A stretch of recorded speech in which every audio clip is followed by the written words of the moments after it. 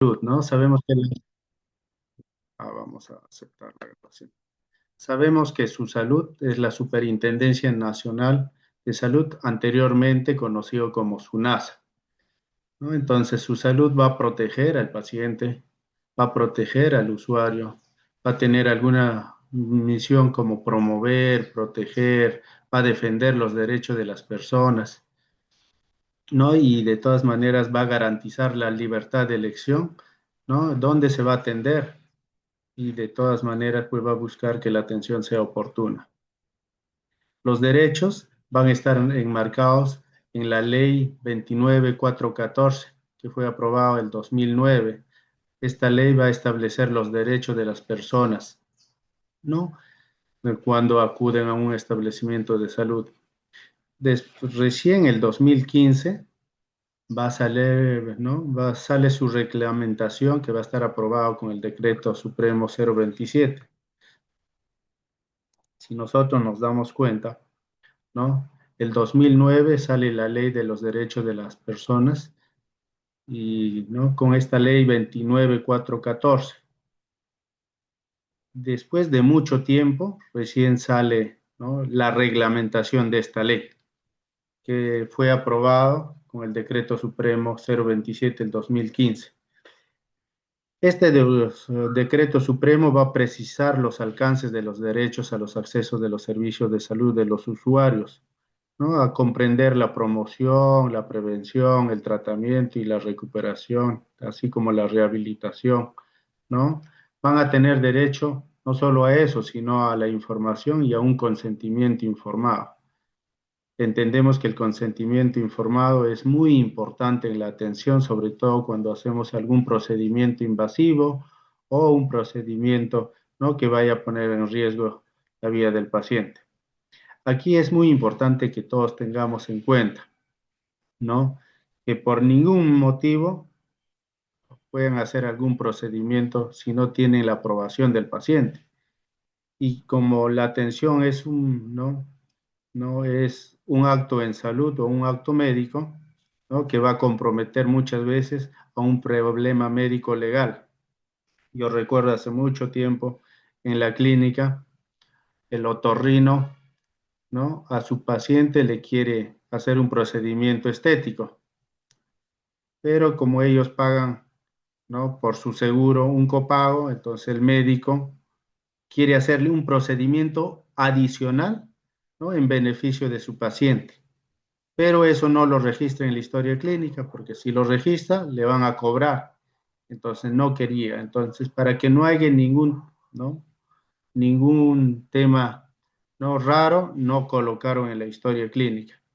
Se hizo el procedimiento, una rinoplastía más una septoplastía y uno de los procedimientos no estaba cancelado ni tampoco quisieron declararlo, pero el paciente, ¿no? En la evolución no quedó bien esa nariz, ¿no? Entonces la paciente decía, pues doctor, usted me ha operado y necesito que mi nariz, ¿no?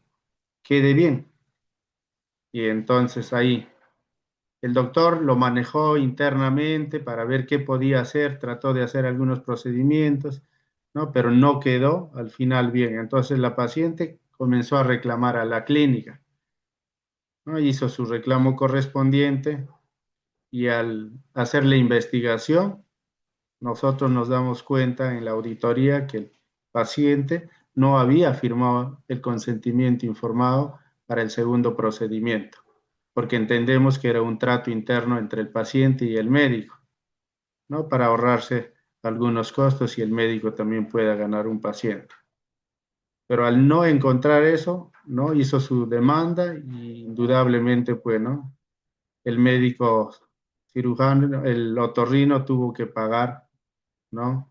30.000 soles. Eso fue el 2015 justamente, ¿no? Entonces es importante. Hasta para colocar una inyección deberíamos hacerle firmar un consentimiento informado. Pero eso, la mayoría de los profesionales, ¿no? La mayoría de las clínicas o los hospitales o los profesionales de salud lo ven algo insignificante. Entonces, lo que se recomienda es que todo lo que nosotros vamos a hacer, hay que registrarlo en la historia clínica y si es posible hacerle firmar, ¿no? Hay muchos problemas cuando el paciente es dado de alta y en la casa se complica. Y cuando se complica regresa a la clínica o al hospital manifestándose, ¿no? Que la complicación es, ¿no? Por el procedimiento o el acto en salud. ¿No? Se incita, chicos, ¿no? Cuando vayan a dar de alta, escriban en la historia clínica, se da signos de alarmas y recomendaciones generales. Esa palabrita les va a librar de muchos problemas. Por más que el paciente se complique o fallezca en su domicilio, ¿no? Ese acto que han registrado en la historia clínica les va a salvar. Muchos le dicen, pero como no queda en la historia clínica registrado, les trae consecuencias. Si el paciente se complicó o falleció, señora, aquí dice, y usted lo ha firmado, ¿no? Que en estos casos debería traer. Y eso engloba, ¿no? Esa palabra, recomendaciones generales y signos de alarma, muchas cosas, ¿no? Por más que no le hayas mencionado al paciente, pero con eso te salva. Señora, acá dice. Y en caso contrario, ¿por qué no preguntaste o no aclaraste? ¿Entendemos? ¿No? Que usted sí entendió y por eso ha dejado constancia en la historia clínica, ¿no? Confirma que usted ha entendido. No sé, chicos, ahí tienen algo que decir, ¿no? Muchos lo dicen, pero no lo registran en la historia clínica, como les vuelvo a repetir, ¿no? Entonces, ¿alguien quiere opinar ahí, chicos? ¿Está bien o está mal hacer que el paciente firme en la historia clínica? Si está bien o está mal que los profesionales de salud, o en estos casos en algunos años, ustedes, ¿no? Siempre en la parte final, ¿no? Al dar el alta o en consultorio incluso, deberían colocar, ¿no? Se da signos de alarmas y recomendaciones generales. ¿Qué piensan, chicos, frente a ello? Doctor, buenas tardes. Manuel, Quería dime. consultarle, bueno, claro, eso es como un registro que nosotros ponemos, pero tomando desde el punto de vista de los dos, de ambos, cuando uno pone eso, uno tiene que tal vez pedir o solicitar la firma del paciente en ese mismo documento, cuando uno pone, se da signos de alarma y recomendaciones generales, que él ha tenido esa información. Lo recomendable es que sea así. Algunos establecimientos de salud tienen un cuaderno o un registro, ¿no? Pero eso no es parte de la historia clínica. Cuando hay un problema médico legal, ¿no? Nunca mandamos el cuaderno a la fiscalía o, ¿no? O al Poder Judicial. Lo que mandamos es la copia de la historia clínica. Y muchos me dirán que eso no es parte de la historia clínica. Todo lo que, ¿no? Sea un formato. Lo ideal es que el comité de historias clínicas lo apruebe, pero si no, ¿no? Es válido todos los registros que se haya, ¿no? Que se registren en la historia clínica. De hecho, que la historia clínica y cada formato debe tener, ¿no? Ciertas características.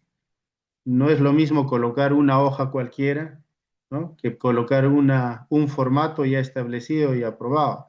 La norma menciona que los formatos deben tener, ¿no? O los datos del paciente.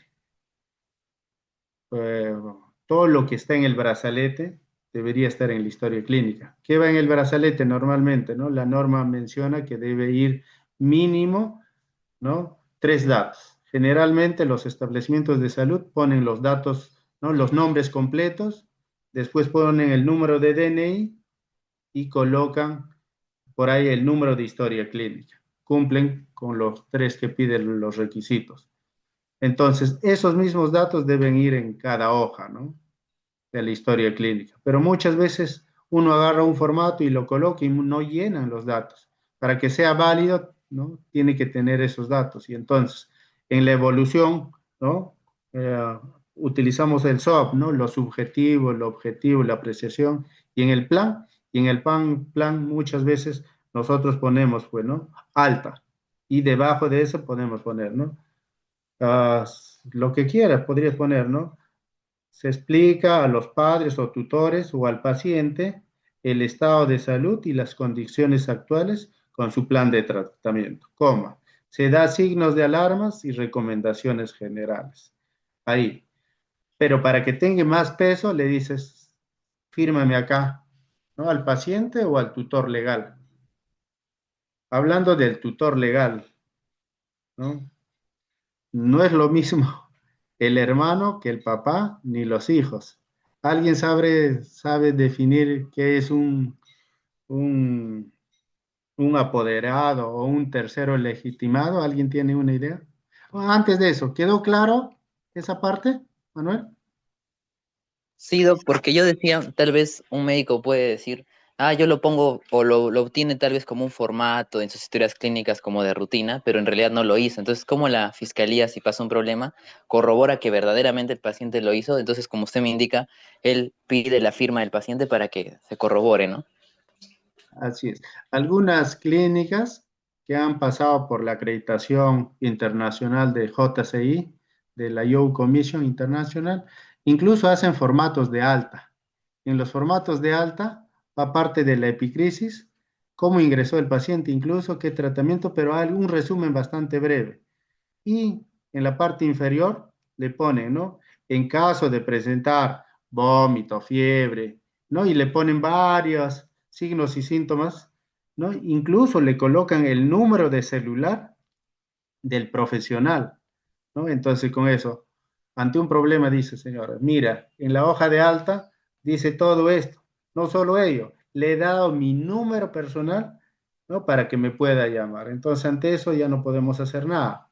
Entonces, se van a dar cuenta que poco a poco los establecimientos o las clínicas o los hospitales que están trabajando en temas de seguridad del paciente están utilizando esos formatos. Entonces, a pesar de que nosotros hablamos con los médicos, muchos médicos no lo hacen, ¿no? Pero ya es responsabilidad de ellos ante un problema médico legal. Nosotros hablamos de estar curados en salud. Lo que menos queremos es ganarnos un problema médico legal.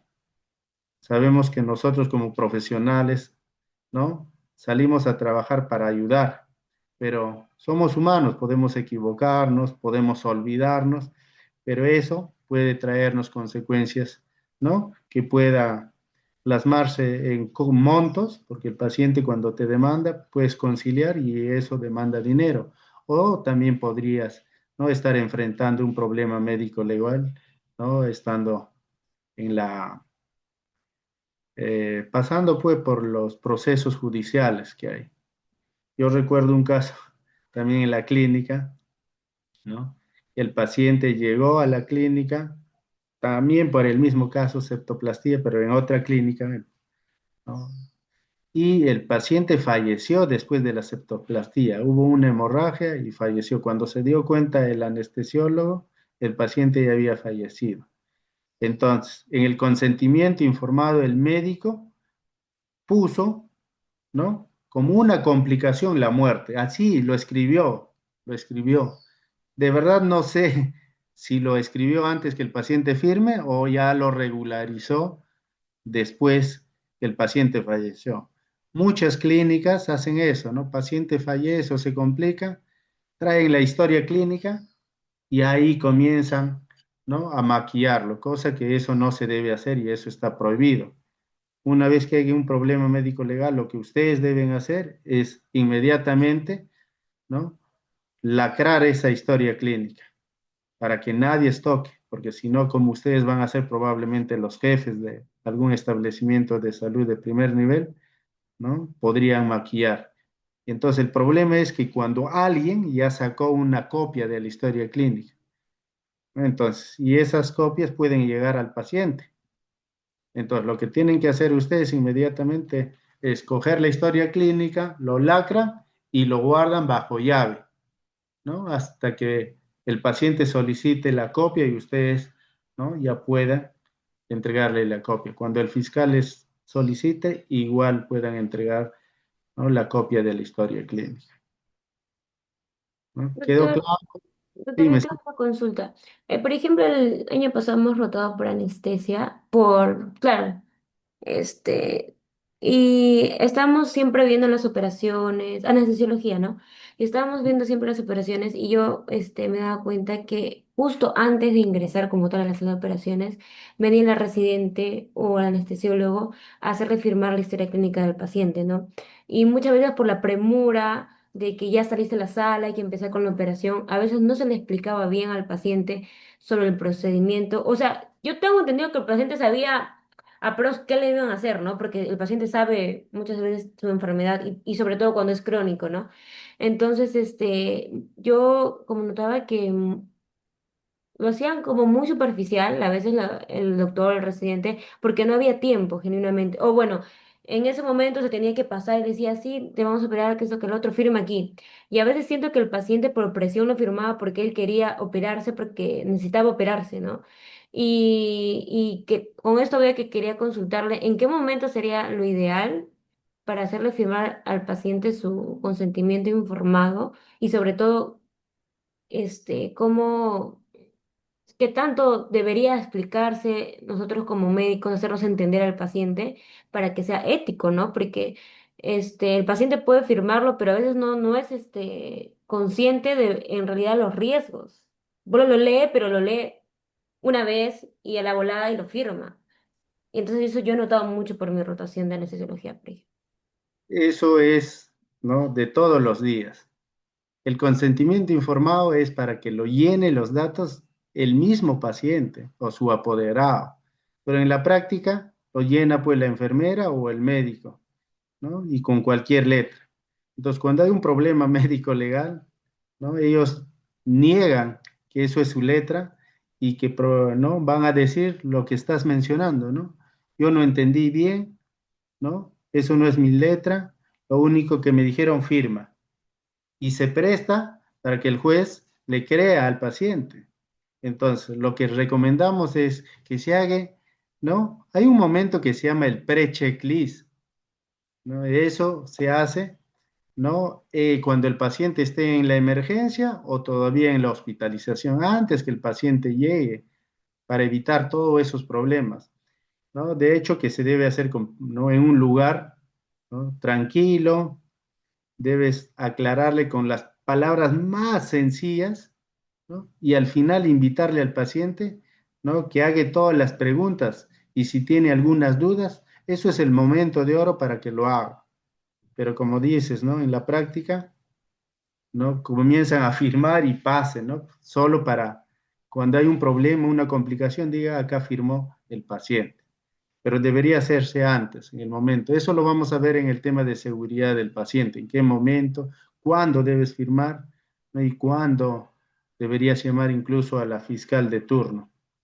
Entonces eso lo Entonces, vamos a ver más adelante. doctor, entonces uno, como usted menciona, tendría que hacer firmar al paciente ni bien ingrese por emergencia, en el caso de que el paciente ingrese por emergencia.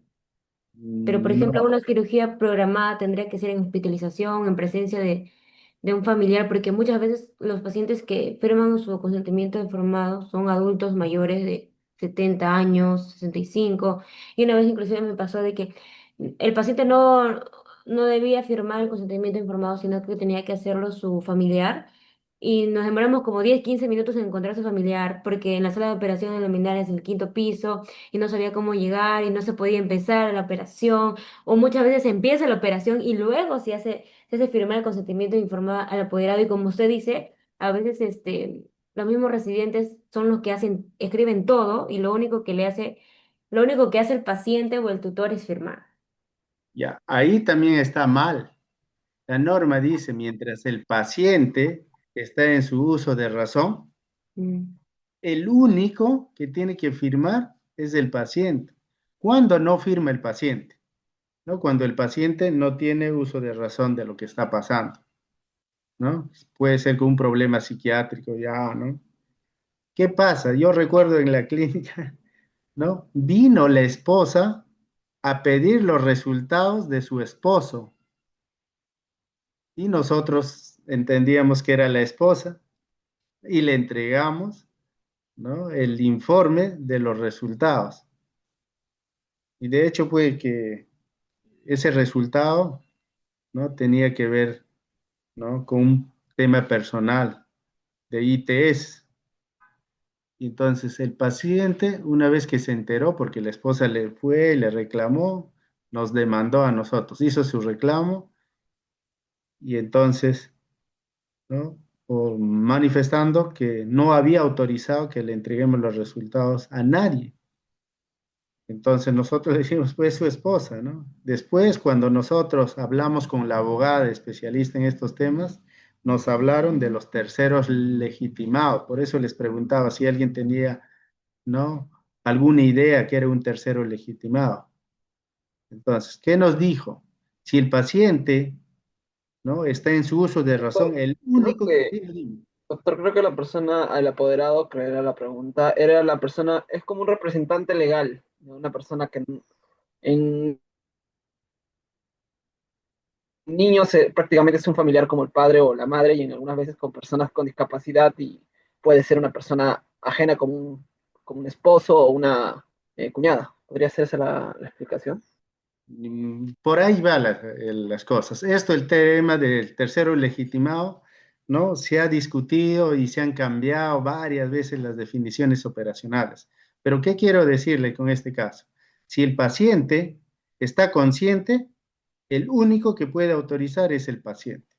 Si el paciente no puede porque está inconsciente o porque no tiene la capacidad, porque tiene un problema psiquiátrico o psicológico, ahí recién viene, ¿no? A actuar la esposa. ¿Qué pasa si está la esposa, ¿no? Y el paciente está inconsciente, pero el consentimiento lo firma el hijo o el hermano. Entonces eso no es válido, eso te vas a meter en problemas. ¿Qué dice la norma? Primero el paciente. Si no puede el paciente, la esposa. Si no hay esposa, recién los hijos. Y si no hay hijos, recién los hermanos. Y si no hay los hermanos, recién los padres, ¿no? Y después los primos, ¿no? O alguna entidad. Entonces va en esa jerarquía, ¿no? Primero padres, perdón, pareja, después, ¿no? Los hijos, después los padres, después los primos, en esa secuencia. ¿Qué pasa si firma el hijo y la mamá después dice yo no he autorizado? ¿No? Y entonces muchas veces hay problemas por temas de herencia y peor si el paciente se complica o fallece, ahí empiezan los problemas. Entonces los terceros legitimados van en ese rango, ¿no? Primero el paciente, si no puede el paciente, la esposa. Si no hay esposa, porque ya falleció, solo porque falleció, no porque está en el extranjero, no porque está de viaje, no porque esté hospitalizado, ¿no? Entonces, ahí son cuellos, ¿no? Que involucran incluso el proceso de la atención. ¿Qué pasa si la esposa está hospitalizada porque ambos sufrieron el accidente de tránsito?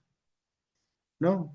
Al esposo lo llevaron al hospital A y a la esposa lo llevaron a la clínica B, ¿no? Y el paciente en el hospital está inconsciente y los hijos, ¿no? Quieren firmar el consentimiento, pero el médico, como ya recibió el curso, dice no. ¿Tiene esposa? ¿Tiene esposa? Sí. ¿Dónde está? Que venga la esposa, pero la esposa no puede porque está en otra clínica.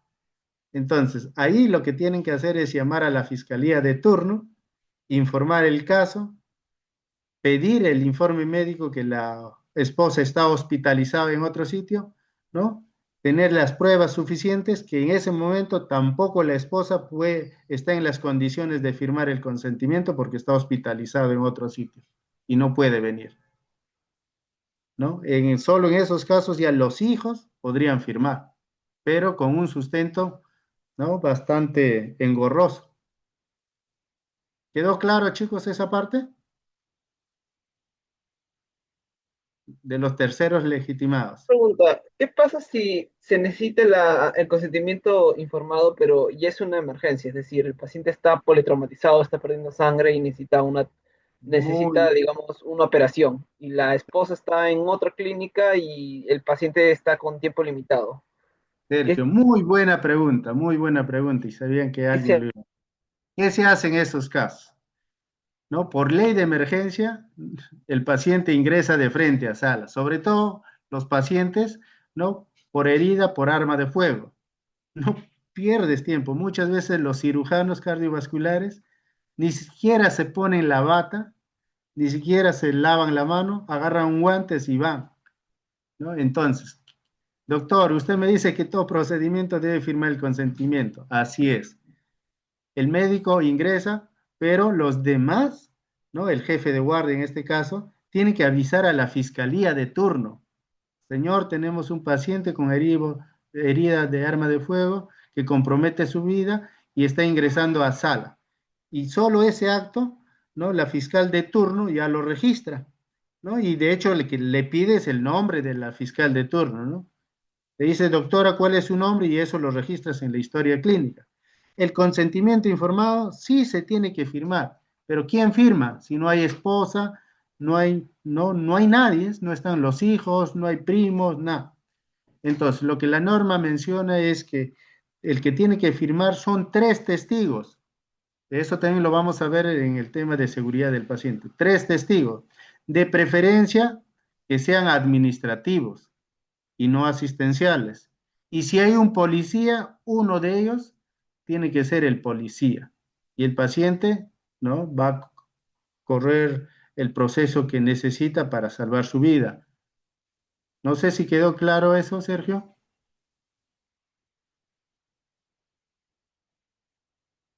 Hola, Sergio, ¿quedó claro? Sí, Entonces eso, doctor. Sí, sí, ya, quedó claro. claro, chicos, eso es también de todos los días, ¿no? Lo atropellan y está inconsciente y el único que lo trae es el serenazgo, la policía o el que causó el accidente. Y no hay nadie y el paciente está inconsciente. En esos casos, ¿se debe firmar el consentimiento? ¿Sí o no?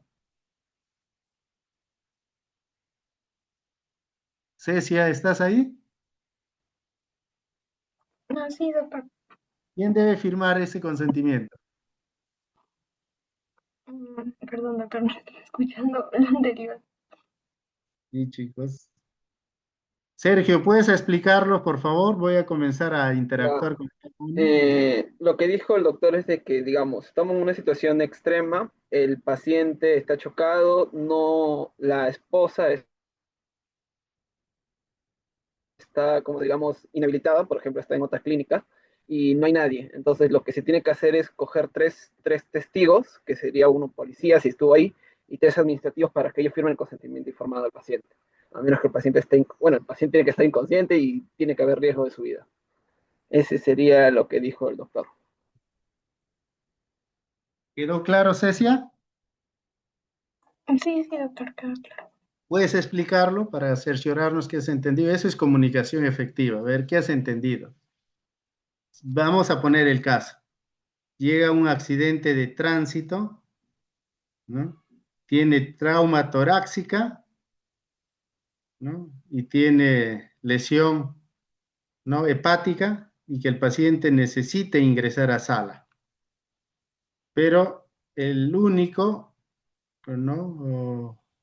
O mejor dicho, el que lo trajo fue la policía y tiene que ingresar a sala. ¿Quién firmaría en estos casos? ¿O cuál sería el procedimiento para firmar, ¿no? El consentimiento informado?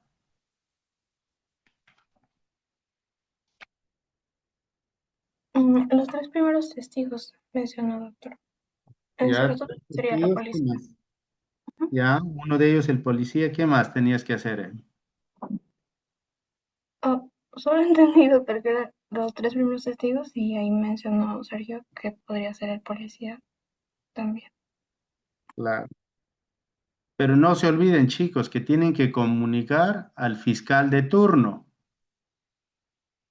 ¿no? Informar, porque de nada sirve que firmen los testigos si no han llamado a la fiscalía de turno. El fiscal de turno tiene un registro, ¿no? Que anota los nombres y ellos generalmente te dicen, doctor, proceda de acuerdo a ley. Pero, ¿no? En la historia clínica ya consignaste que avisaste al fiscal de turno y para ello le pides el nombre, su nombre al abogado, ¿no?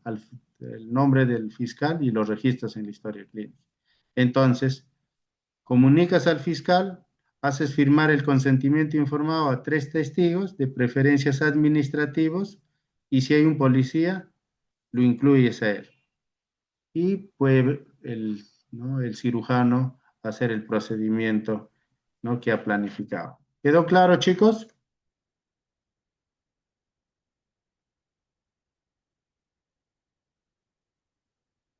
A ver, vamos a llamar a Milagro Pérez.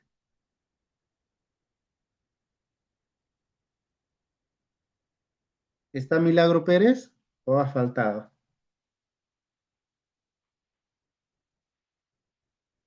No está. Rosita Tinoco.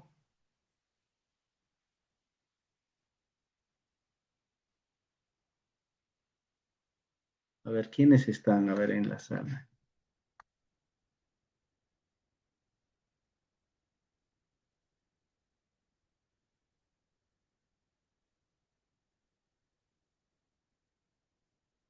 Paola Cotacayapa, ¿está? Sí, doctor. Buenas tardes. Buenas tardes, Paola. ¿Nos puedes explicar en qué consiste el tercero legitimado?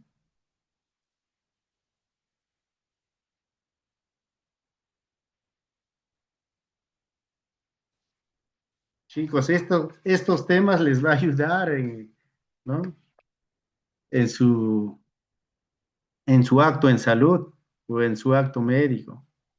Si no, van a tener problemas y ahí se van a recordar. Doctor, o me van a llamar, ¿qué hago en estos casos? ¿Alguien ha entendido? Por favor, chicos, algún punto voy a poner al que ha entendido, que es el... Yo, Ya, Doc. doctor. Ah, bueno. Doctor. Ya. A ver, ¿quién dijo primero? La dama. Ya. A ver, ¿qué nos dicen? Voy a conseguir un cinquito antes de... Un cinco.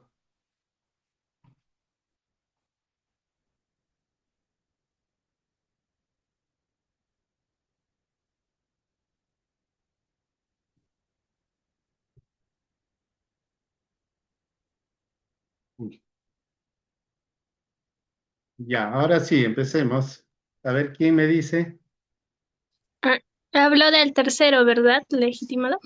Sí. Eh, bueno, lo que le entendí con su explicación fue que cuando hay una persona que no es identificada o entra a emergencia, lo primero que debemos hacer es primero a llevar a un fiscal para que firme y hacer firmar en sí son 3 testigos, ¿no? Y hacer firmar a las personas que estuvieron en sí en el accidente. Algo así le entendí. No, eso no es el tercero legitimado. Doctor, yo, bueno, lo que Ya recuerdo sé. del tercer protegido es la persona que se hace responsable de una persona que está inconsciente. Es decir, Así persona es. politraumatizada y no está consciente y no puede testificar, no tiene juicio, la tercera persona es la que firma por él. Y en la jerarquía, la primera es la esposa, seguido de los hijos, Ujú. que tiene que ser notificado por un fiscal. Lo que dijo de la persona que estaba, por ejemplo, inconsciente y la esposa no está identificada o está en una clínica y no puede firmar, eso es lo que dice mi compañera, que fue llamar al fiscal y que las 3 personas que representen o que firmen el consentimiento informado sea un policía, específicamente el que lo trajo, y 3 personas de área administrativa, pero todos tienen que estar informados. Así es, entonces. ¿Cuál es la jerarquía, Sergio? Primero el paciente, después la Primero el esposa. paciente, y si el paciente está inconsciente o no tiene, o es una persona, por decirte, capazmente psicológica para representarse, viene la esposa. Ujú. Después la esposa, si no está presente o está en una clínica y no puede firmar o no está presente, pasa a los hijos. Pero tiene que estar notificado por un fiscal de la situación de que la esposa no está presente y todo eso. Y ya de ahí, si no están ni los hijos, ni está ningún familiar, ya pasa a ser los testigos. Los padres, los padres. De ahí A los los primos. padres, hijos y Después, ya. instituciones. Así es. ¿Qué pasaría, Sergio, si no, el paciente quiere operarse de la próstata, pero la esposa está en Iquitos y los hijos nada más, ¿no?, quieren hacerle, no firman el consentimiento. ¿Eso es válido o no es válido? Si el paciente está consciente, él tiene la última palabra, es decir, si él está consciente y quiere la Exacto, operación, él es el que decide. así es. Muy bien. De hecho, que para un procedimiento de urología, el paciente. Vamos a suponer que el paciente está inconsciente y la esposa está en Iquitos, ¿no? Entonces tendría que venir la esposa a firmar, por más que los hijos. Eso es en un mundo real, ¿no? Pero en un mundo, ¿no? Como estamos acostumbrados, probablemente vaya a firmar solo los hijos. Entonces, siempre exigen eso. Y eso no solo es para procedimientos, también puede ser para la entrega de resultados, para la entrega de la historia clínica y todo lo que tenga que ver con base, ¿no? Con la base de datos del paciente. Muy bien, vamos, me parece que ya quedó claro. Ahora vamos a hablar los derechos de la salud. Todos tenemos derechos, ¿no? Y entonces su salud, esto lo he enmarcado en 5 grupos de derechos de salud, ¿no?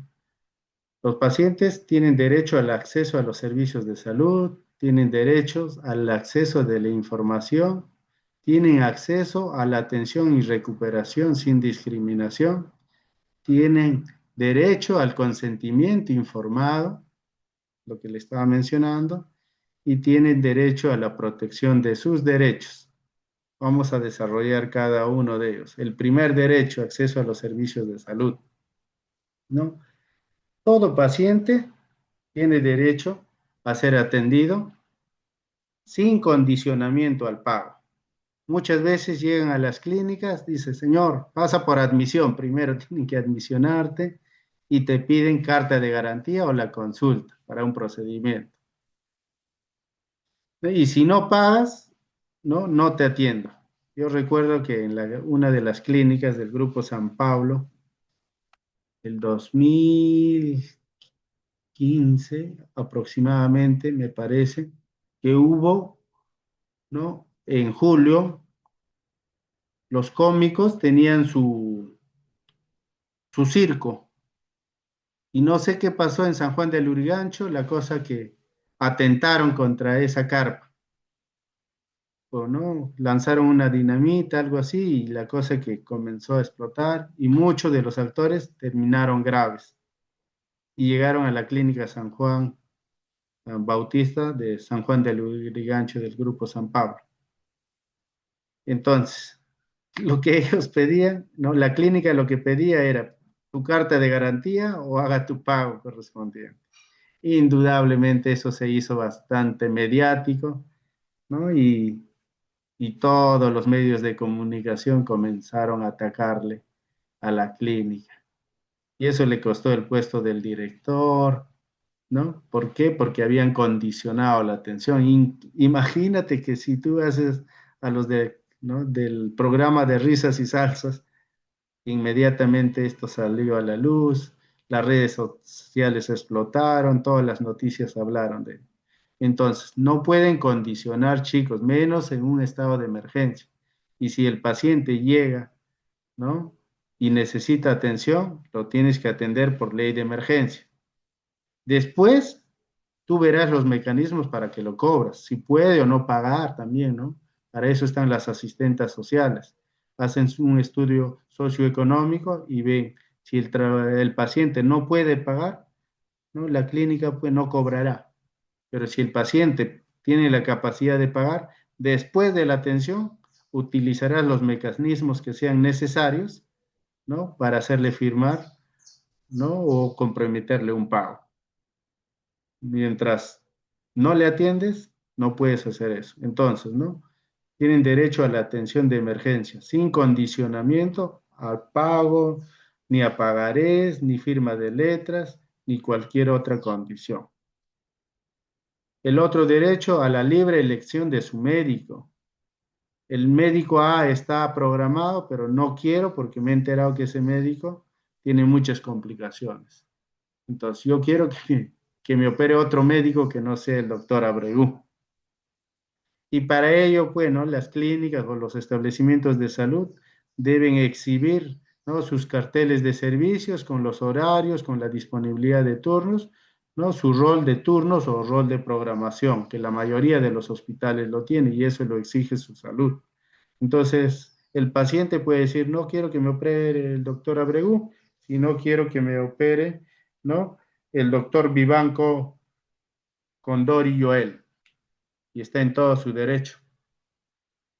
El otro tema, recibir una atención con libertad de juicio clínico, ¿no? Está obligada a garantizar que los médicos ejercen su labor con libertad para realizar su juicio clínico, ¿no? Entonces, en Estados Unidos incluso los médicos tienen, ¿no? Hay un módulo informático donde puedes averiguar, ¿no? La experiencia de cada médico y ahí está cuántas cirugías, ¿no? Ha realizado, cuántos fueron de éxito, cuántos fueron complicados y cuántos fallecieron. Entonces, en algún momento probablemente nosotros vamos a llegar. Eso se llama el tema de privilegios. Si el paciente pues, tiene muchas complicaciones al hacer apéndice, por más que sea cirujano, entonces por temas de seguridad del paciente le dirán, ¿sabes qué, doctor? Tú no puedes hacer cirugías de apéndice. Haga, ¿no? Colecistectomías, ¿no? Herniorrafias, pero apéndice no. Eso con el tiempo se va a llegar a ello, ¿no? Actualmente todavía no está, ¿no? En ese nivel. El otro derecho es a una segunda opinión médica. No me convence la explicación del doctor Abregu y exijo, ¿no? La opinión de otros. Y sabemos ahí que es bastante complicado. Tú sabes, para una faringoamigdalitis, un médico le puede decir, ¿sabes qué? Toma agua todos los días y listo. O ahí con agua de panela o agua azucarada. Pero el otro médico le va a decir, no haga gárgaras. Y el otro le va a decir, utiliza antibióticos, ¿no? Y el otro, cada uno tiene su forma de tratar una patología de acuerdo a su formación, de acuerdo a su experiencia, de acuerdo a su pericia. Entonces el paciente, bueno, debería escoger al médico que le da más confianza, pues, ¿no? Y una faringoamigdalitis, ¿no? Los tres los van a tratar. Uno lo tratará con antibiótico y va a resolverse. El otro le dirá, toma agua azucarada, también igual se va a resolver. El otro le va a decir, no tomes nada, igual se va a resolver. Entonces ahí empiezan los conflictos, ¿no? Entonces el paciente puede que orientarlo para que, ¿no? Tenga confianza en uno de ellos, ¿no? El que mejor le explica probablemente, o que averigüe, ¿no? La trayectoria de su especialista. Siempre hay problemas ahí y por eso los pacientes tienen derecho a exigir una segunda opinión y los establecimientos de salud tienen que darlo. Esto puede ser en temas de cobertura, en temas de procedimiento, en temas de tratamiento, en cualquier tema. El otro derecho, ¿no? Es acceso a los servicios de medicamentos. Uy, un chiquito, ¿qué pasó?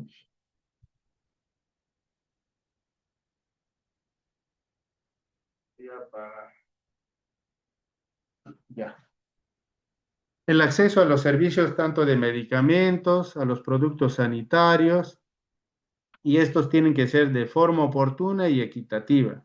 Y en la práctica, muchos pacientes no tienen acceso a los medicamentos ni a algunos insumos, a pesar de tener el CIS gratuito y a pesar que la norma menciona que los pacientes, no deben hacer ningún gasto y el establecimiento de salud tiene que proveer tanto de los medicamentos y los insumos.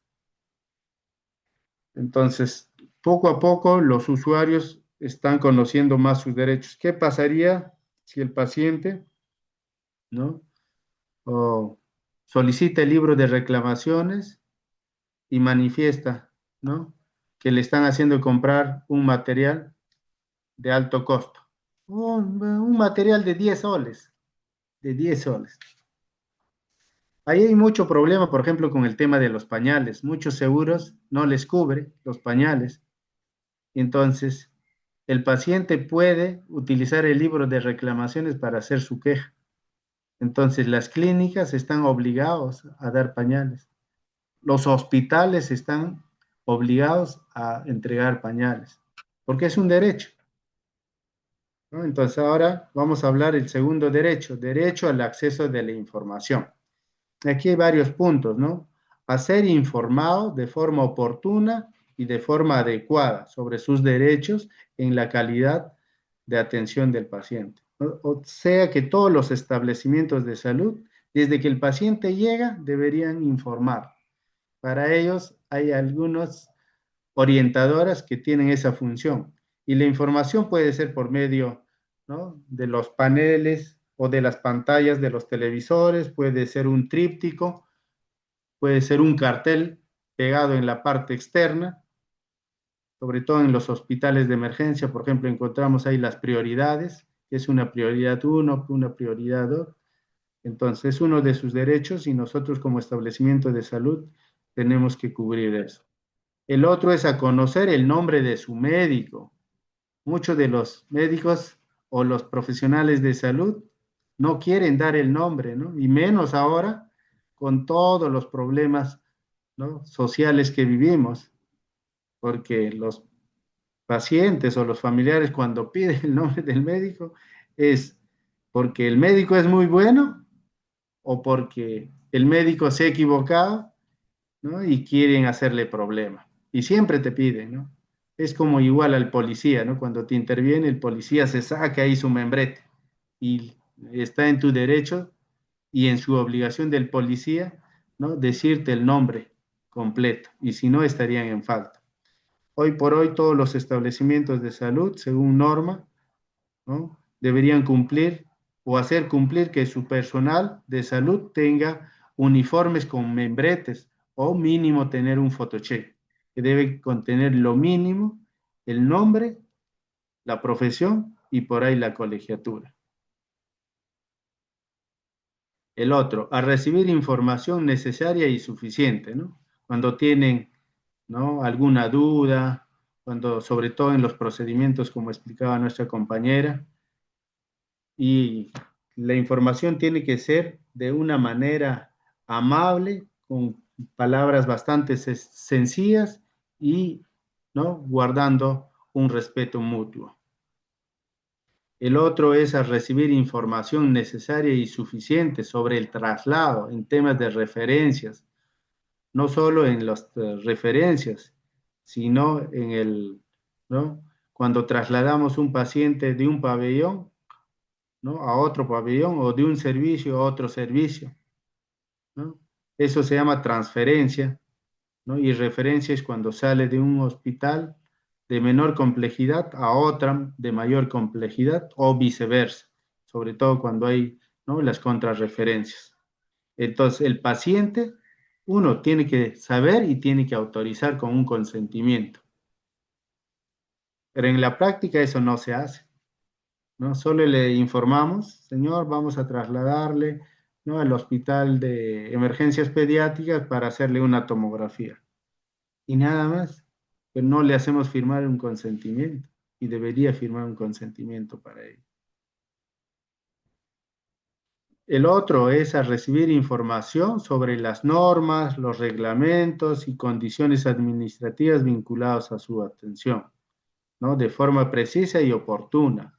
Y eso muy pocos establecimientos ¿no?, lo vienen haciendo. Porque ¿quién va a explicar el reglamento, ¿no?, las normas? Bien difícil. Y el otro es, ¿no?, a recibir de su médico, ¿no?, la información completa y oportuna sobre su patología y el tratamiento que va a recibir, ¿no?, sobre las alternativas de tratamiento para que el paciente pueda tener, ¿no?, puede tener las dudas o las preguntas para ser aclarados por el profesional. También el paciente tiene derecho a negarse de recibir o continuar un tratamiento. Señor, yo no quiero utilizar, ¿no?, cefalexina o una penicilina benzatínica porque me duele mucho. Yo exijo que me den una ceftriaxona. Y hay pacientes que vienen bastante empoderados porque ya lo leyeron o porque son profesionales de salud y exigen algunos tratamientos. Entonces, si ellos no están de acuerdo, ¿no?, le haces firmar su consentimiento de desistimiento. Hay un formato que se llama desistimiento, ¿no? Porque si se complica, tenemos problemas. Mejor, señor, ¿usted no quiere recibir este tratamiento o no quiere ser operado a pesar de los riesgos potenciales que esto vaya, ¿no?, desencadenar? Usted está en su derecho, pero fírmame acá con letra y huella digital. Entonces ahí nos libramos, ¿no?, de problemas más adelante. Hay pacientes que no quieren ser operados, créanme. Entonces en esos casos, y por ejemplo, hay pacientes, sobre todo los niños, ¿no?, que vienen y le dices un apéndice, que tan pequeñito, y a mí que yo soy grande nunca me ha dado. No, aquí hay algo raro. Alta voluntaria. No, señora, porque si no, esto se va a reventar y se va a convertir en una peritonitis. No, solicito mi alta voluntaria. Entonces, en esos casos, ¿qué haremos? Igual, llamamos al fiscal de turno, le explicamos y ellos nos darán las pautas. Si ellos dicen que no, sale el paciente y que se opera, se operará. ¿Ya por qué? ¿No? Ahí ya no entra ¿no? Cuando no hay un consenso, el juez determina qué se hace. Si el juez dice no, que firme su alta voluntaria, firmará su alta voluntaria y el paciente, ¿no?, irá a otro establecimiento. Pero igual, a pesar que el paciente firme su alta voluntaria, no le puedes decir, ¿no?, señora, si usted se lo lleva a su hijo, ya no puede regresar a esto. Por lo contrario, hay que decirle, señora, si usted ha decidido retornar a su niño, lo trae y lo vamos a estar esperando. Entonces ahí, ¿no?, esos temas, ¿no?, pone muchas veces en tela de juicio qué es lo correcto y lo incorrecto. El otro tema es ser informado sobre las condiciones, ¿no?, que si el paciente se va a someter a una investigación o el medicamento está en un proceso de investigación, ¿no?, hay que informarle al paciente. Y eso ha pasado bastante, ¿no?, en la época del COVID. Había nuevos medicamentos, nuevas vacunas y tenían que tener, ¿no?, el conocimiento los pacientes o los terceros legitimados, ¿no?, y tenían que firmar un consentimiento informado. Varios medicamentos, ¿no?, se utilizaron. El tema de la ivermectina, por ejemplo, ¿no? Pero para ahí no pedían consentimiento, pero deberían haber pedido. Pero hay otros medicamentos, ¿no?, que sí pidieron, sobre todo los retrovirales. ¿Alguna duda, chicos, ahí? El tercero, derecho a la atención y la recuperación. Acá, ¿no?, los pacientes van a tener derecho a ser atendidos con respeto, ¿no?, a su intimidad. Aquí siempre hay que, ¿no?, guardar el tema de la privacidad. Hay que darle un buen trato, sin discriminación, ¿no? Esa es la palabra clave, ¿no? No discriminar y, ¿no?, hay que, con privacidad, sin discriminación y con privacidad, eso sería. El otro, a recibir tratamiento científicamente comprobado.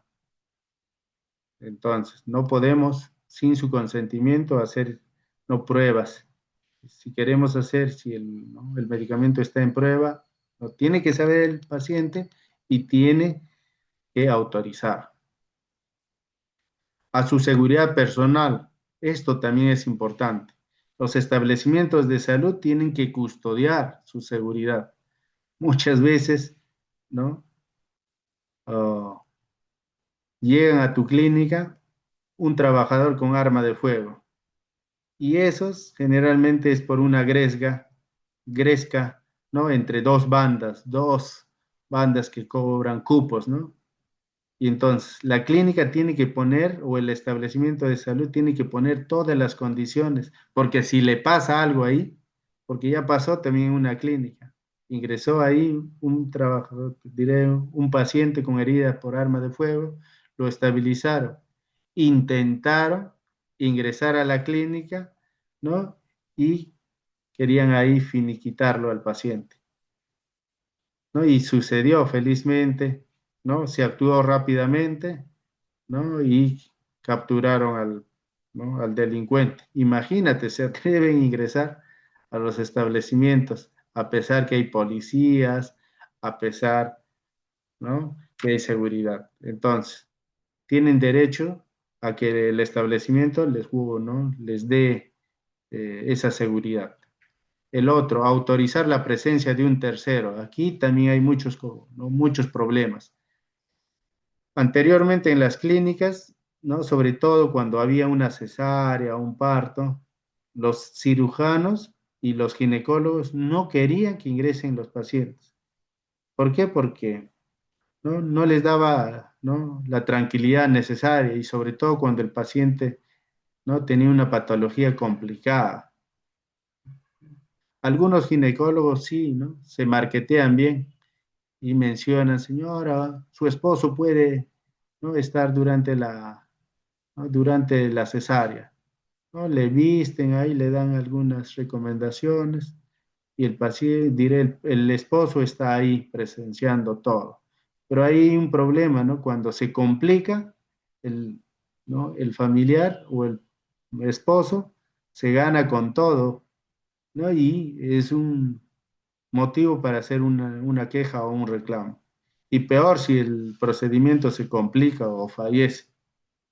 Entonces algunos han optado por no hacer ingresar, pero ya el 2015 ¿no? con ese decreto supremo, ¿no? ya les dijo a los cirujanos, ya no pueden hacer nada. El paciente tiene el derecho de que, no, si ella quiere, puede hacer ingresar al familiar que quiera, no solo al esposo.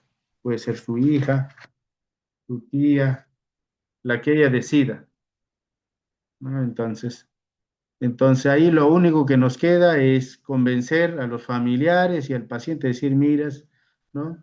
Por tema de tranquilidad, para no tener mucho estrés, ¿no? Vemos por conveniente que no debe haber ningún familiar. Ya eso, ¿no? Es ¿no? el tema del convencimiento del médico a su paciente o a su familiar. El derecho al respeto del proceso natural, ¿no? de su muerte, a su derecho a recibir los cuidados paliativos que corresponden como consecuencia de las enfermedades. Entonces hay varios derechos, estamos hablando solo de 3 derechos fundamentales. El derecho 4, derecho al consentimiento informado. Ahí les mencioné, ¿no?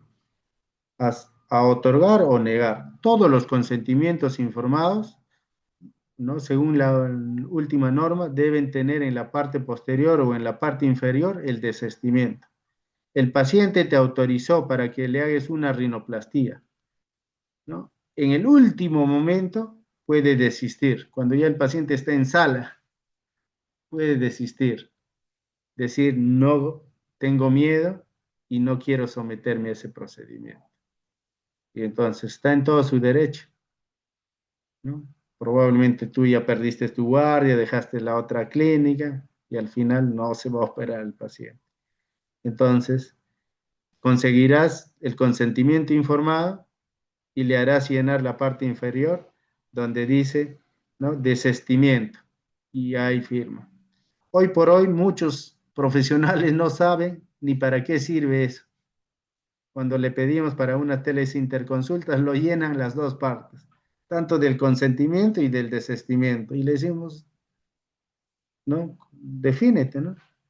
¿Estás cancelando el procedimiento o estás autorizando?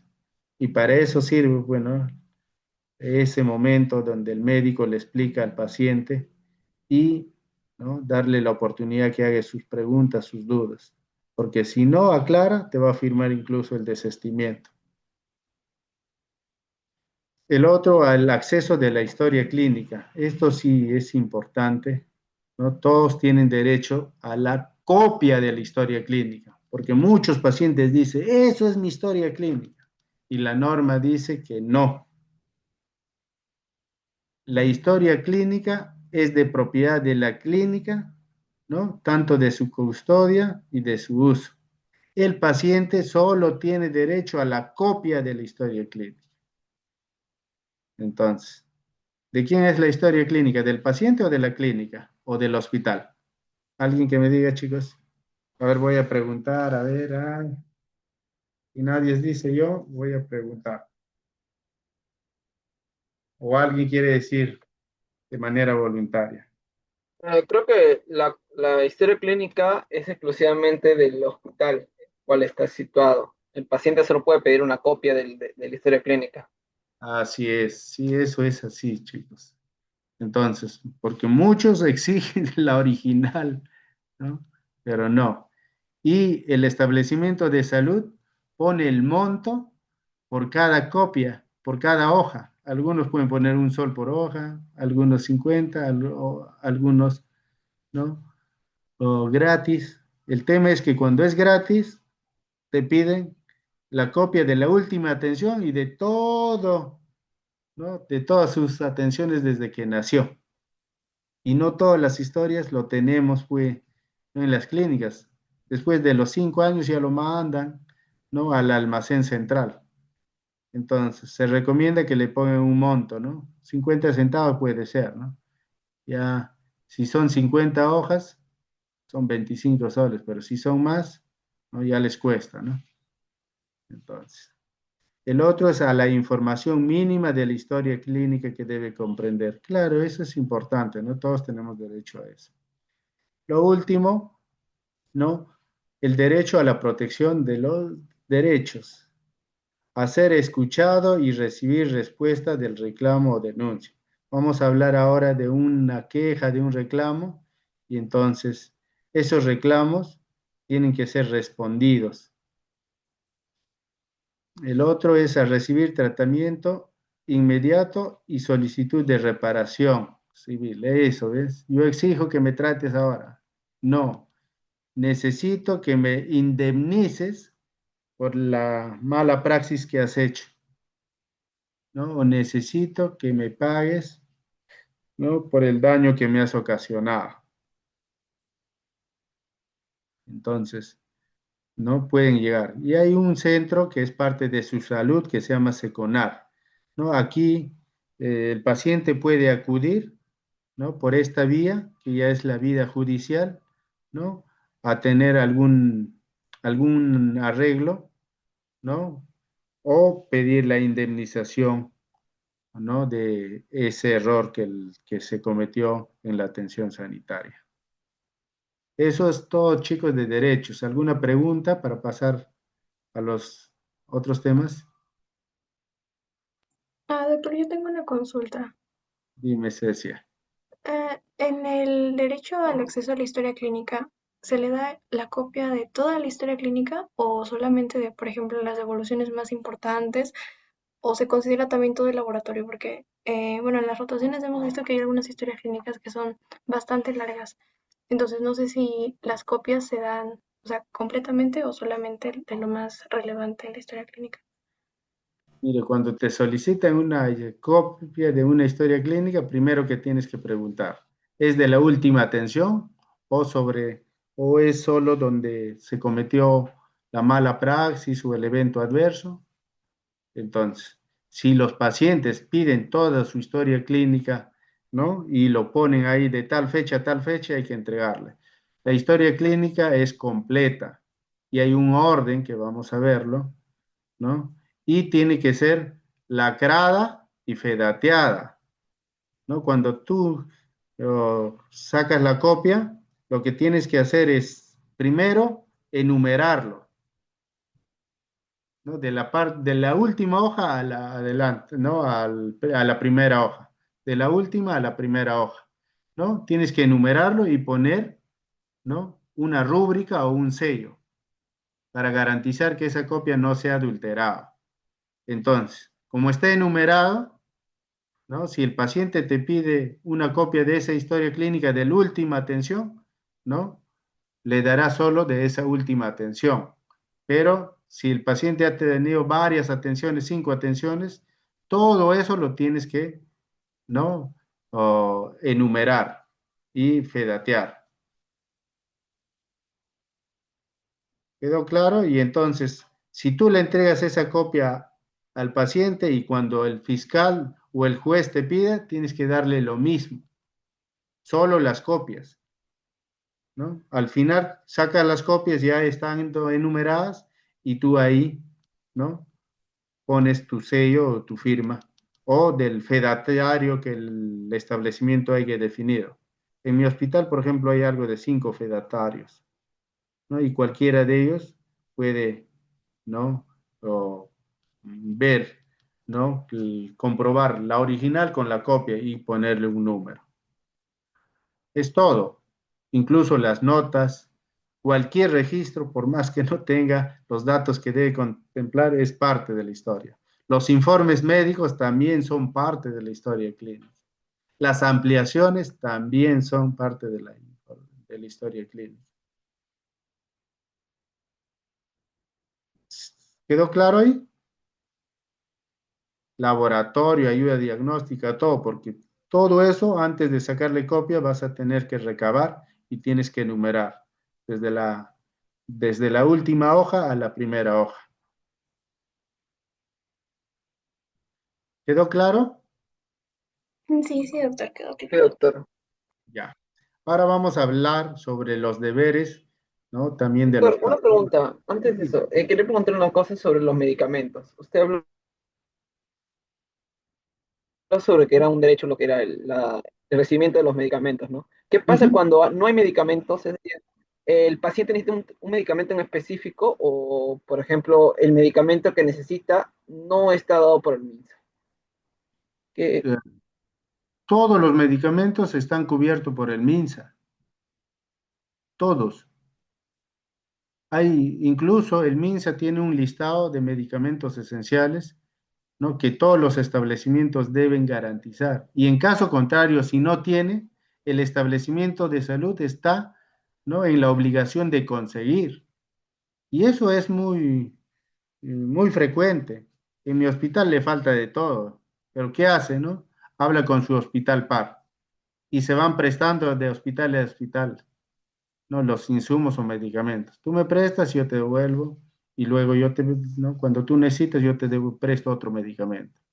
Entonces, la mayoría no quiere hacer ese trabajo de conseguir el medicamento, prestarse o comprar, ¿no? Porque hay un proceso bastante engorroso desde la caja chica. El director debería autorizar que se compre ese medicamento en la farmacia universal o en cualquier otra farmacia, ¿no? Y después se verá, ¿no? Con un proceso administrativo interno para ver cómo se canaliza eso. Y en el mejor de los casos, lo que hacen algunos pacientes lo consiguen, ¿no? Pero la institución le reembolsa ese gasto.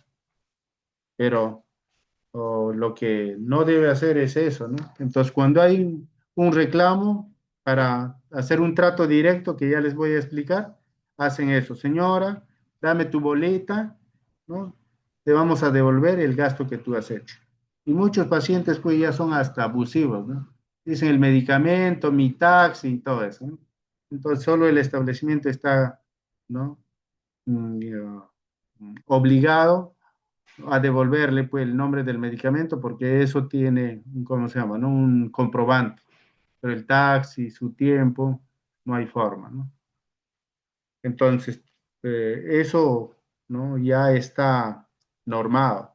Nada se le debe cobrar al paciente, menos si tiene un CIS, ¿no? Si es particular, ya es otra cosa, estamos hablando de otra cosa, ¿no? Estamos hablando en el MINSA y en el salud, no se debería cobrar. En las clínicas sí, pues de acuerdo a tu seguro, ¿no?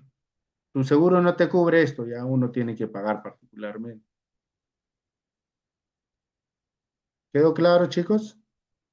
En el MINSA no deberían cobrar, ¿no? Pero hay establecimientos de salud que solo tienen paracetamol, ibuprofeno y amoxicilina, pero el paciente necesita una clindamicina y un ketorolaco.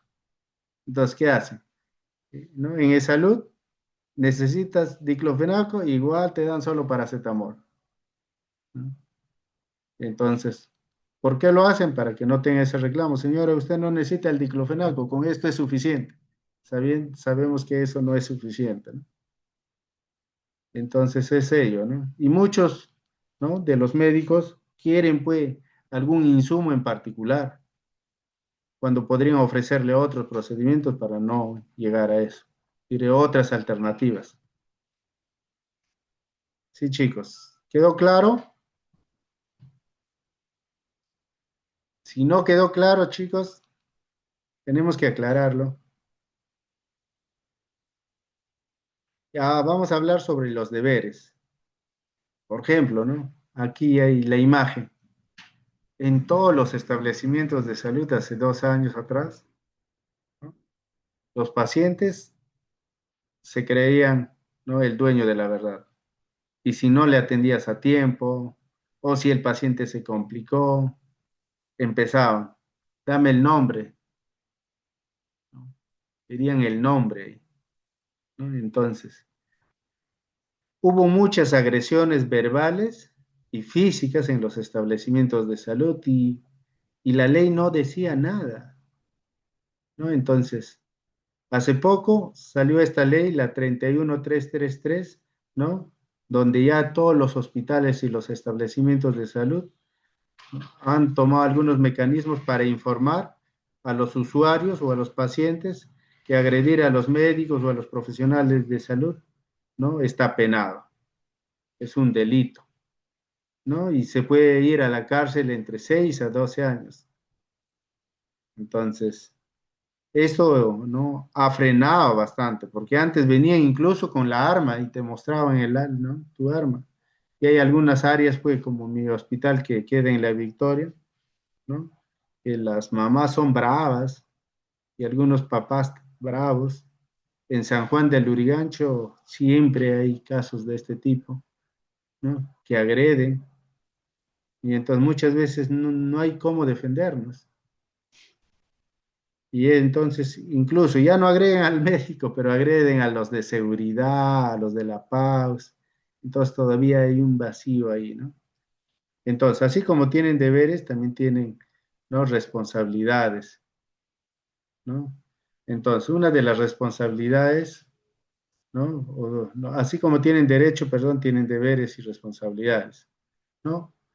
El deber de identificarse con documento de identidad. Eso todos deberían identificarse, pero muchas veces llegan a los hospitales sin nada. Si es una emergencia hay que atenderlo, pero si es una prioridad 3 o 4 deberíamos obligarlo, ¿no? Porque es muy frecuente la suplantación de pacientes, sobre todo los que tienen CIS, ¿no?, o cuando van a salud. El hermanito que ya cumplió 18 años, ¿no?, y ya no le atiende, se hace pasar por el hermanito de 15 años y dan datos que no les corresponde. Bueno, igual, como mi hijo X no tiene seguro, entonces voy, ¿no?, a mi hermana y le digo, mi hermana, mi sobrino sí tiene seguro, ¿no?, y utilizo su nombre para eso, por ejemplo, está penado. El otro, brindar información veraz sobre su salud, ¿no? Muchas veces no dan, ¿no?, engañan. Hace poco llegó un paciente, ¿no?, a mi consultorio y me dice, doctor, me duele aquí el hombro y por ahí a nivel, ¿no?, cervical. Yo hago medicina de salud ocupacional, ¿no? Y le digo, pero ¿qué pasó, no? La cosa que hice un mal movimiento, pero le digo, ese movimiento te pudo haber afectado la región lumbar y no la parte cervical. Entonces, lo que el paciente había hecho era un trabajador nuevo que había ingresado 15 días, que tenía ya molestias a nivel de la columna y había ingresado a la empresa, ¿no?, solo para utilizar su SCTR para descartarse su problema, ¿no?, lumbar que tenía de años. Entonces, y muchas veces pues los pacientes se quejan, se informan, ¿no?, y simulan. Y entonces, lo que yo le mencioné, mira, yo no sé, ¿no?, no hay relación, ¿no?, con lo que me estás mencionando. Entonces, vamos a tratar de ver, ¿no?, o con el examen físico. Le hacemos el examen físico y el paciente decía, pero doctor, hace poquito me pasé un examen médico, ahí debe estar, que yo ingresé normal. ¿no? Y en salud ocupacional, muy pocas clínicas te sacan, ¿no? La placa de, ¿no? De rayos X de la región lumbar, ¿no? Muy pocos. Pero entonces le digo, sí, probablemente vamos a revisar, mira, lo más cercano que tenemos es tu placa de rayos X de tórax. Y efectivamente vamos, y ahí, pues, no se veía bien, pero se veía una escoliosis bien marcada, bien marcada.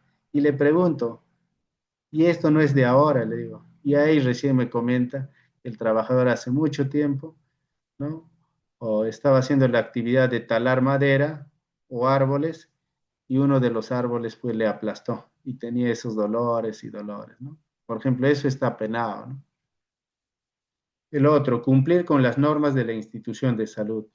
Esto es muy importante, chicos, desde el primer momento a los pacientes o a los familiares que son muy quejones, que se quejan de todo, siempre reclaman, decirle, señora, ¿no?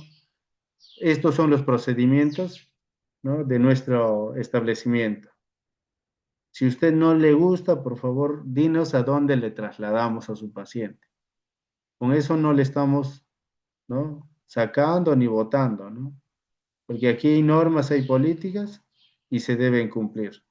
Porque los pacientes muchas veces, ya le diste el examen, diré la información de la evolución de su paciente, pero viene la otra hija 2 horas después y exige que se le dé, ¿no? Viene el otro familiar y exige que se dé esa información. Entonces debes tener, ¿no? Ahí tus procesos establecidos y los pacientes tienen que acogerse a ello. El otro, tratar con respeto al personal de salud y otros pacientes, ¿no? Sí, pues todos merecemos respeto, tanto los profesionales de salud, los demás pacientes, ¿no? Y también el cuidado de sus objetos personales. Pierden el celular o le roban y quieren echar la culpa a la clínica o al hospital. Algunos hospitales, por ejemplo, ¿no?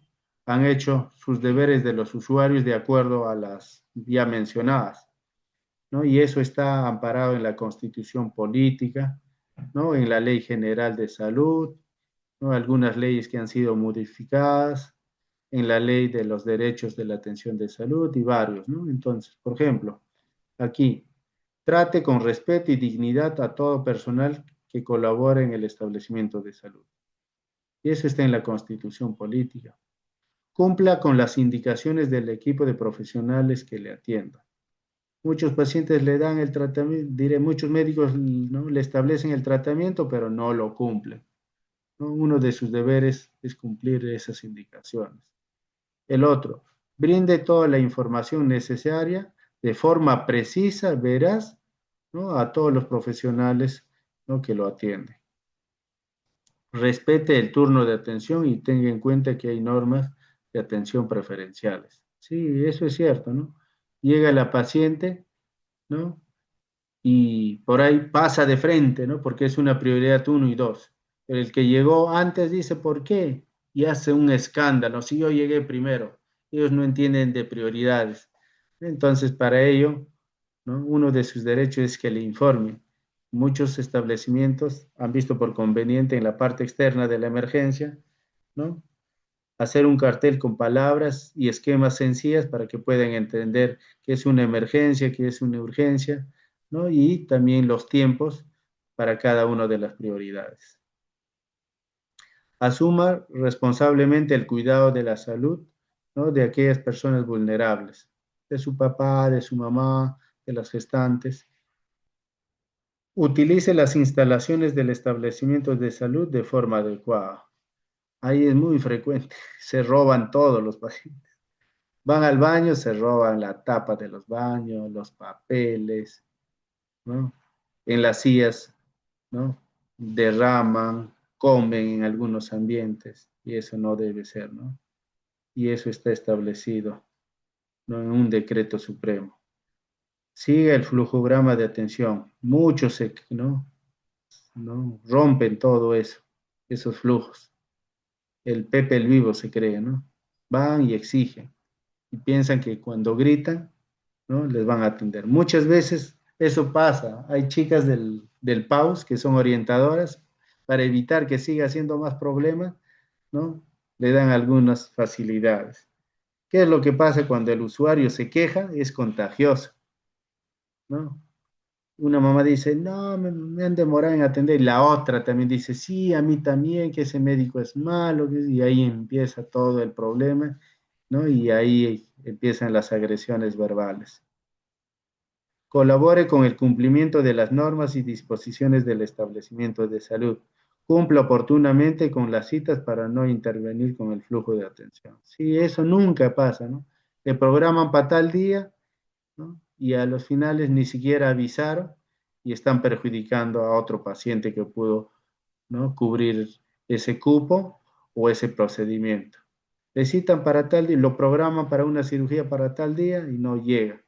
Y lo peor que no avisa, ¿no? Algunos hospitales y establecimientos para evitar eso han creado algunos canales para que una persona un día antes, ¿no?, llame al paciente y le diga si va a venir o no va a venir.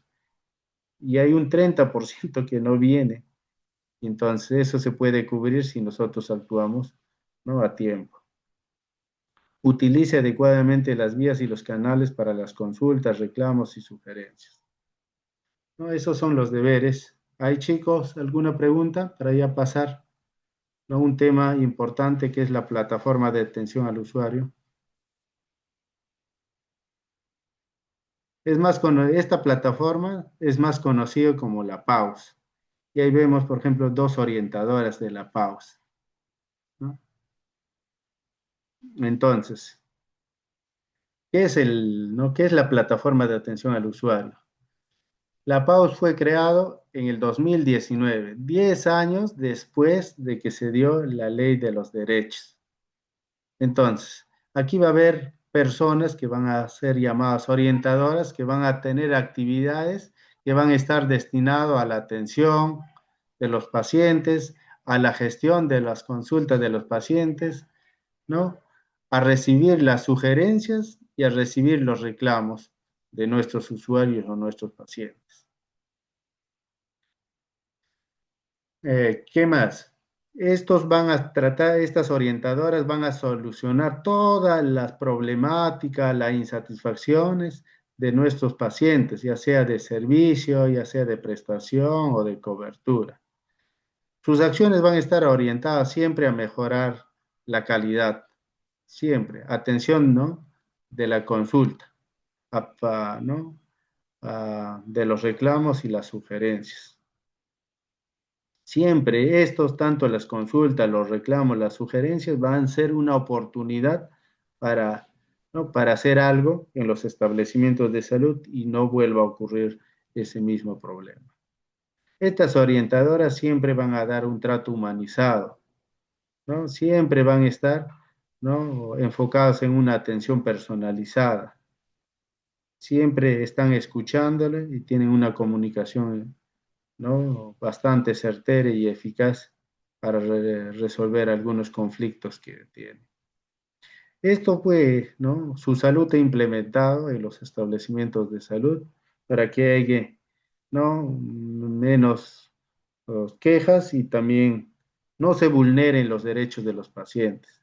Pero algunos pacientes ya exageran demasiado, ¿no? Y entonces se quejan por todo. Entonces, las orientadoras tratan siempre de resolver, de conversar con el médico, de sacarle una salida para que no se queje.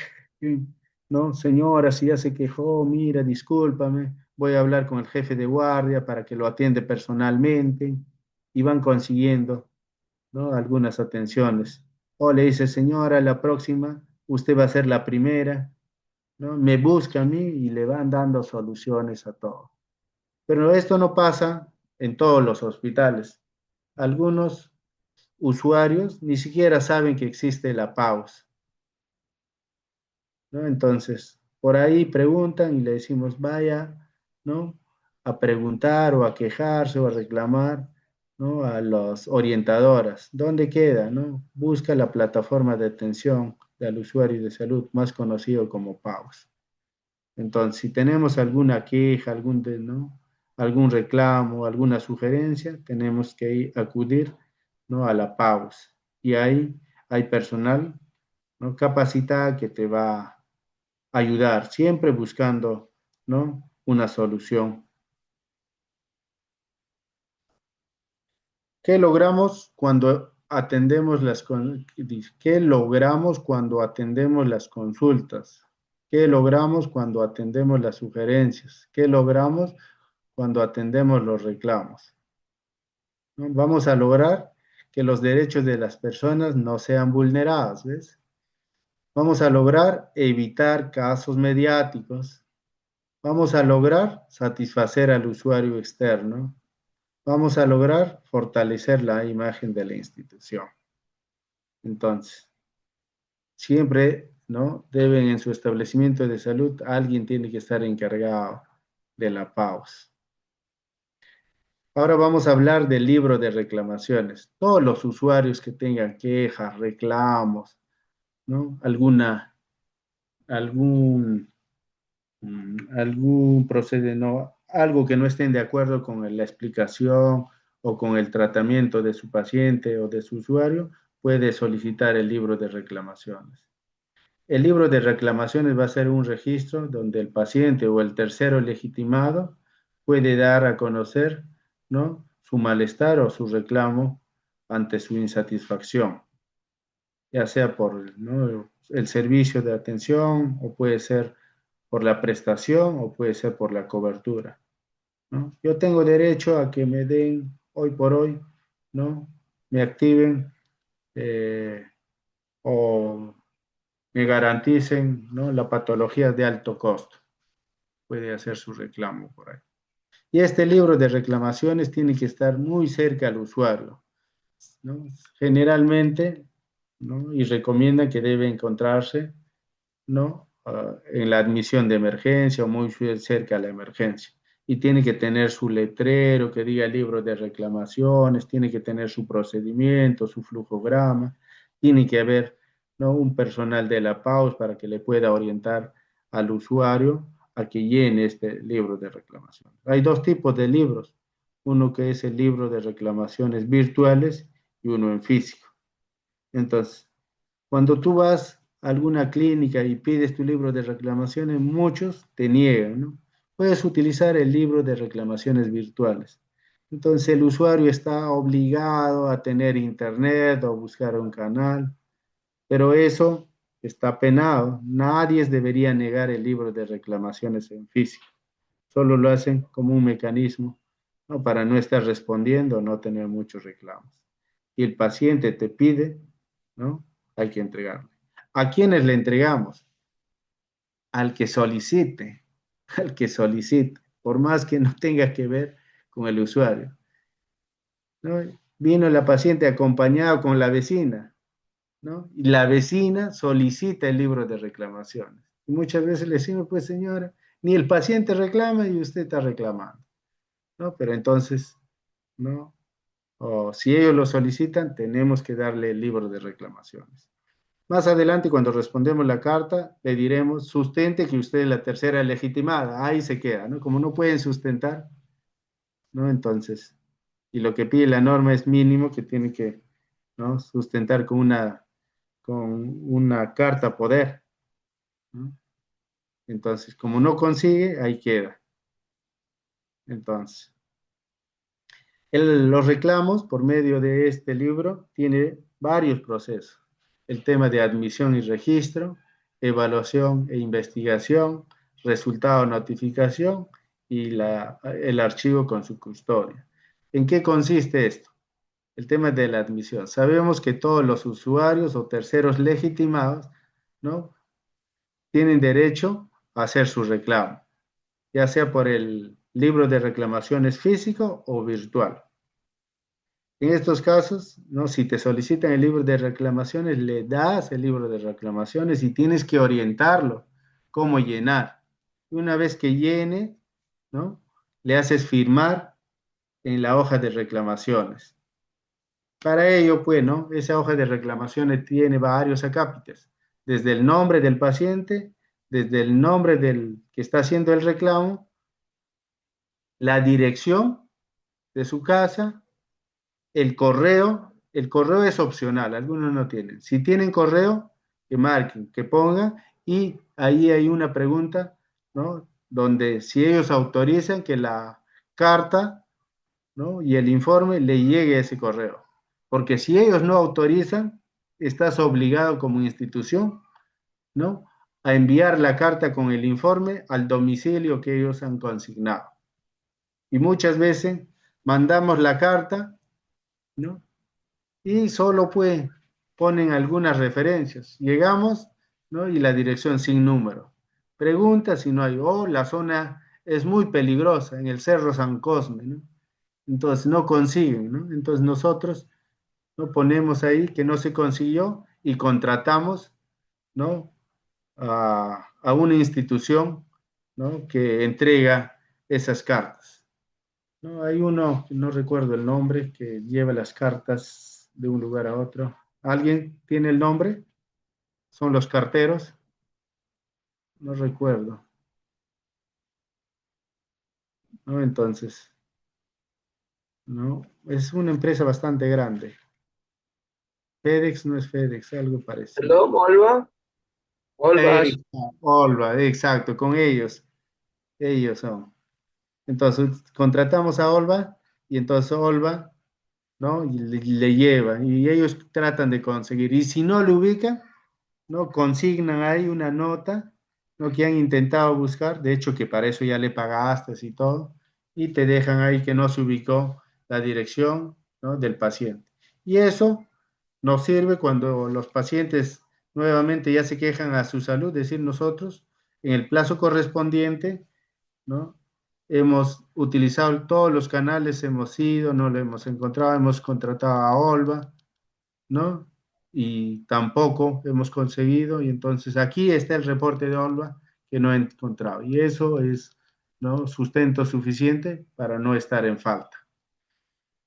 Entonces, después de eso, ¿no? Después de que el paciente ha firmado, le entregas la hoja original al paciente. Señor, el libro de reclamaciones tiene 3 copias, ¿no? Entonces, la primera copia, que es la original, le entregas al paciente. Y los demás, uno queda en la historia clínica y el otro para la pausa o calidad para, ¿no? Hacer las gestiones tanto de en la investigación. Después de eso, ¿no? Viene la fase de evaluación e investigación. Aquí, ¿no? Vas a efectuar las diligencias que sean necesarias para aclarar los hechos. Le pedirás un informe médico al jefe del departamento, ¿no? A los involucrados en ese turno, ya sean enfermeras, obstetras, técnicos, para que hagan su descargo correspondiente, para que puedan aclarar qué es lo que pasó verdaderamente. Eso termina con un informe, ¿no? Orientado al reclamo, ¿no? La mayoría de los médicos solo hacen un informe que lo atendieron, que pasaron, pero no responden al reclamo. Lo que uno tiene que hacer es responder al reclamo. No lo atendimos porque, ¿no? No le atendimos porque teníamos sobrecarga de paciente o en ese momento el paciente estaba estable, ¿no? Pero de nada sirve que le digas, mira, lo atendí y hice esto. No estás reclamando, no estás respondiendo al reclamo. Y entonces, muchas veces cuando no respondes al reclamo, los pacientes, ¿no? Se molestan, ¿no? Y llaman al 113 de su salud ¿no? Y van haciendo su denuncia ya, ¿no? Nos denuncia. Entonces, es mejor, ¿no? Darle todo y explicarle todo en ese informe. Pero cuando eso solo se logra cuando nos enfocamos, ¿no? En su reclamo. Después de ello, ¿no? Cuando ya el médico, los involucrados hacen su descargo, sus informes correspondientes, ¿no? El área de la PAUS o el que esté designado prepara una carta, ¿no? Y estoy seguro que ustedes van a ser esos encargados. Para ello tengo algunos modelos que vamos a utilizar. Entonces, ahí vamos a hacer, ¿no? Un informe detallado en relación a sus reclamos, respondiendo a su reclamo o aclarando, ¿no? Todas sus dudas en relación a su reclamo y vamos a hacer una carta y, ¿no? En la carta vamos a mencionar que estamos mandando el informe de los resultados del reclamo. Y eso lo llevamos al usuario. Si el paciente autorizó por el correo, envías por el correo nada más. Pero si no te autorizó, ¿no? Hablas con la movilidad de la institución, ¿no? Y que lo lleve y que te firme un cargo, ¿no? Que ha recibido. Y si no lo ubicas, contratas, ¿no? A Olva, ¿no? Y entonces, por ese medio, ellos entregan un informe si le entregaron o no le entregaron. ¿Cuánto tiempo tengo para entregar esa carta? ¿No? Solo tengo 30 días, pero 30 días hábiles. ¿Alguien tiene idea qué es 30 días hábiles? ¿Tiene un Porque, feriado? Días de perdón, trabajo, días de trabajo.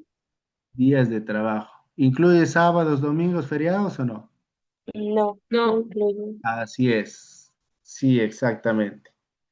¿No? Entonces, si hay feriados, no cubre. Sábados, domingo tampoco. Solo los días, ¿no? Que se elabora, como mencionaron. Si tú te pasas de esos 30 días, estás en falta. Créame que su salud te va a sancionar. Probablemente a ti no te va a sancionar, pero no a tu institución sí. Entonces, tenemos que tener mucho cuidado de responderlo. Y para no esperar el último día, es mejor, ni bien llegue el reclamo, pedir los informes correspondientes a los involucrados, ¿no? Y con días de antelación, a la quincena, ya estar, ¿no? Respondiendo a los reclamos.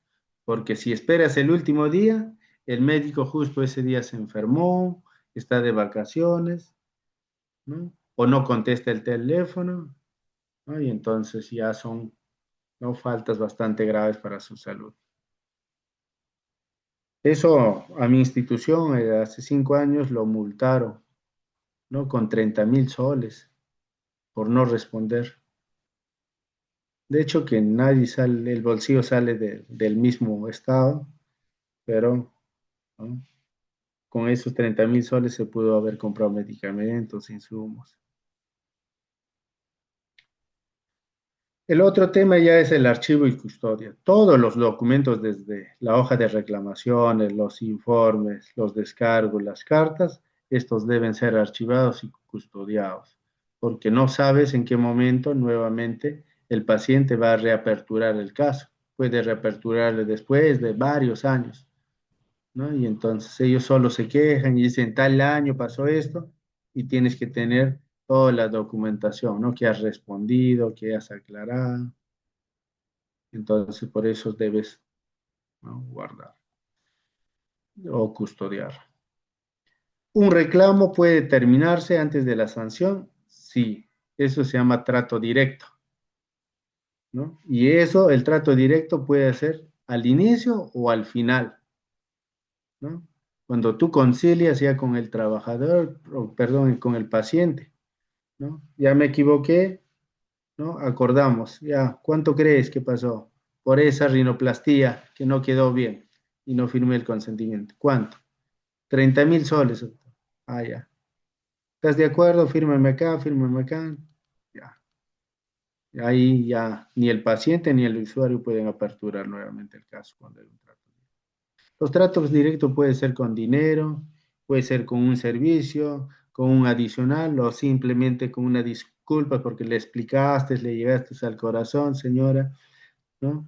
Fírmame acá. ¿Está de acuerdo? Estoy de acuerdo. Entonces ahí termina el proceso. Entonces, porque si el reclamo no se trata adecuadamente, va a terminar en su salud, en una denuncia.